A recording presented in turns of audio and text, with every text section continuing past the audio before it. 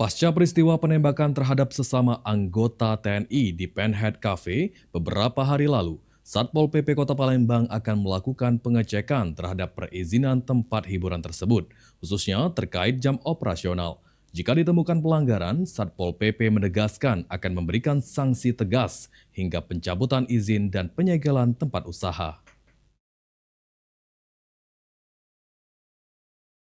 Menanggapi peristiwa penembakan di Penhead Cafe beberapa hari lalu, Kasatpol PP Kota Palembang Harrison Muiz menegaskan pihaknya akan melakukan pengecekan terhadap perizinan tempat hiburan tersebut, terutama terkait izin jam operasional.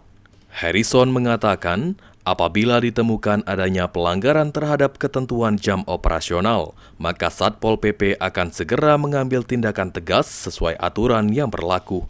Selain itu, Harrison juga menyoroti lolosnya senjata rakitan dari pemeriksaan petugas keamanan hingga menyebabkan jatuhnya korban jiwa.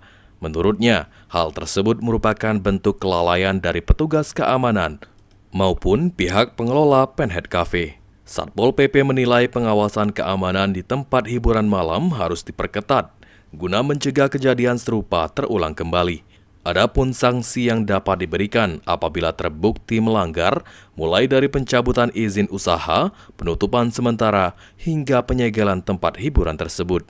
Kedepan, Satpol PP Kota Palembang juga akan memperketat pengawasan terhadap tempat hiburan malam di Kota Palembang dengan menggelar razia secara rutin. Dengan kejadian beberapa waktu yang lalu di tempat hiburan malam, ini juga akan kita cek berkaitan dengan perizinannya, berkaitan dengan izin operasionalnya. Nah, kalau memang itu ada pelanggaran peraturan daerah, pasti akan kami tindak.